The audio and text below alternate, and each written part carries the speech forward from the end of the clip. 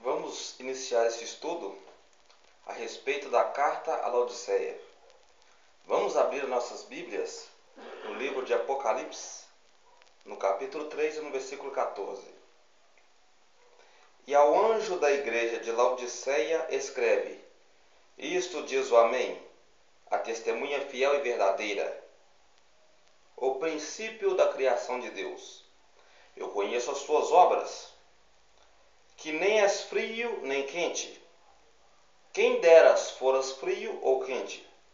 Assim, porque és morno, e nem és frio nem quente, vomitar-te-ei da minha boca. Como dizes, rico sou e estou enriquecido, e de nada tenho falta, e não sabes que és um desgraçado e miserável, pobre, cego e nu. Nós acabamos de ler aqui um pouco a respeito da igreja de Laodiceia. A igreja de Laodiceia se considerava uma igreja auto-independente. Eles eram um povo exclusivo, uma cidade que tinha sua única moeda, uma cidade que produzia lã, produzia também colírio. Era uma cidade, materialmente falando, uma cidade rica.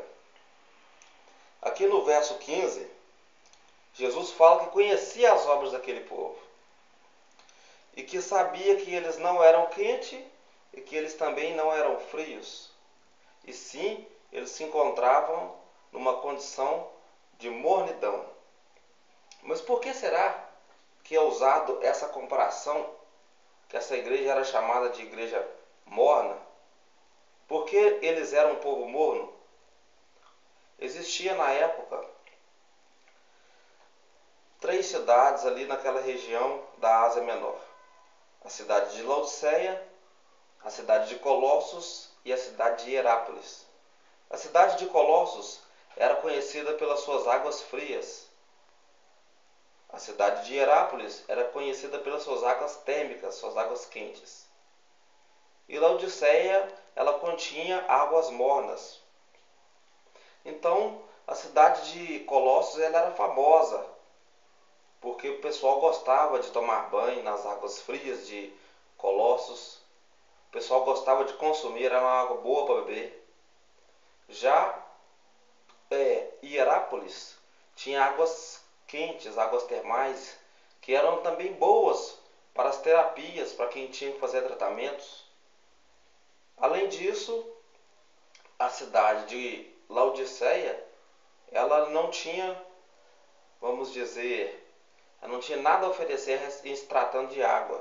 A água de Laodiceia era uma água imprópria para o consumo, porque ela era uma água morna, então ela era ruim de beber, ela causava vômito às vezes nos turistas. Então ela não era uma cidade muito visitada por causa disso.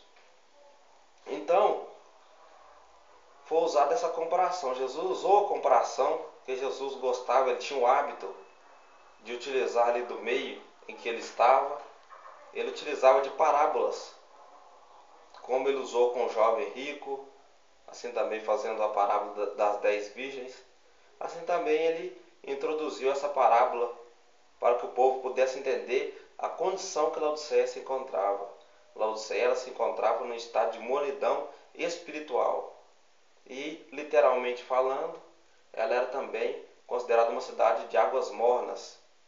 E o povo vomitava ao beber as águas de Laodiceia.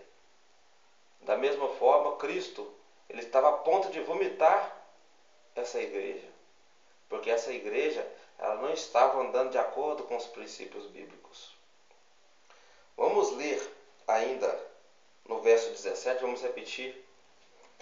Diz o seguinte: Como dizeis, rico sou e estou enriquecido, e de nada tenho falta, e não sabes que és um desgraçado, miserável e pobre, cego e nu.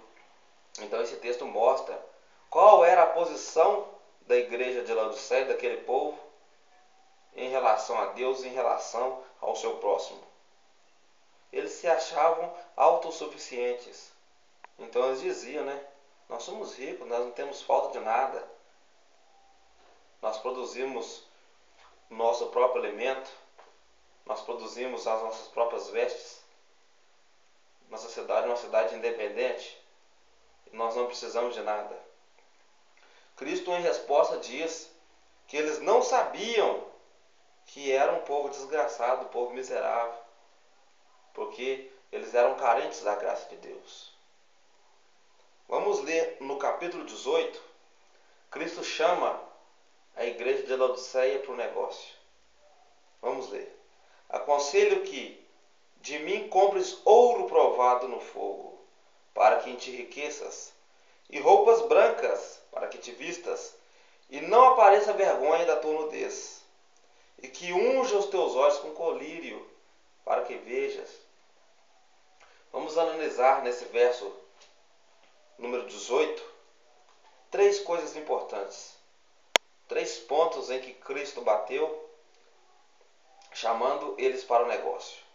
Que é o ouro provado no fogo, as vestes brancas e o colírio. Aquela cidade, ela não necessitava de ouro. Eles não necessitavam de comprar ouro, porque ela era uma cidade rica, independente.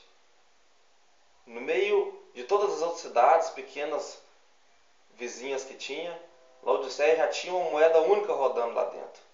Então eles eram um país, materialmente falando, legal. Eles também não precisavam das vestes. Eles produziam a lã preta. Então eles fabricavam suas próprias vestes. E também eles fabricavam colírio, não necessitando assim de importar colírio de outras cidades. Mas Cristo, ele tinha a oferecer ouro para eles, colírio para eles e também as vestes. Vamos ler detalhadamente o verso 18 novamente. Aconselho que de mim compres ouro provado no fogo. O povo de Laodiceia necessitava de riqueza espiritual. É o que simboliza esse ouro provado no fogo que acabamos de ler na palavra de Deus. Laodiceia era uma cidade riquíssima, materialmente falando. Mas era uma cidade pobre de espírito. Pobre, carente da graça de Cristo. Então, o próprio Jesus ofereceu ouro provado no fogo, que é a mais pura palavra de Deus. E roupas brancas para que te vistas, e não apareça a vergonha de tua nudez. O povo de Laodiceia era um povo muito elegante. Eles tinham roupas finas, eles se vestiam bem, mas eles necessitavam das vestes brancas que só Cristo, somente Cristo poderia oferecer. As vestes brancas são símbolo de santidade dentro da palavra de Deus. Então aquele povo precisava de imitar o modelo de Cristo, o modelo santo. Aquele povo estava corrompendo-se dentro da sua exaltação. E que unja os teus olhos com colírio para que vejas. Então Cristo, ele usou aquilo que eles mais tinham, que era a riqueza deles, para provar que aquilo tudo ali não tinha nenhum valor perante Deus. Então Cristo entra oferecendo colírio, que era uma das riquezas da cidade. A cidade fabricava e exportava o colírio.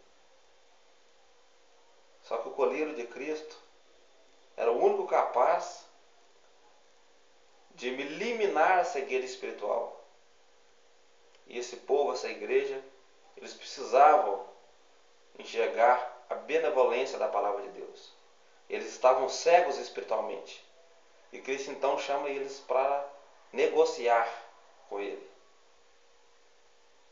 E no verso 19, Cristo diz o seguinte: eu repreendo e castigo a todos quanto amo. Sê, pois, zeloso e arrepende. Verso 20. Eis que estou à porta e bato. Se alguém ouvir a minha voz, abrir a porta, entrarei em sua casa, cearei com ele e ele comigo. Então Cristo, ele estende esse convite até aos nossos dias. E Ele nos chama. Ele diz que está batendo a porta. E se nós abrirmos a porta, Ele promete entrar e ceiar conosco. Então que nós possamos abandonar esse espírito laodiceano, esse espírito de autoindependência, e vamos depender somente de Cristo.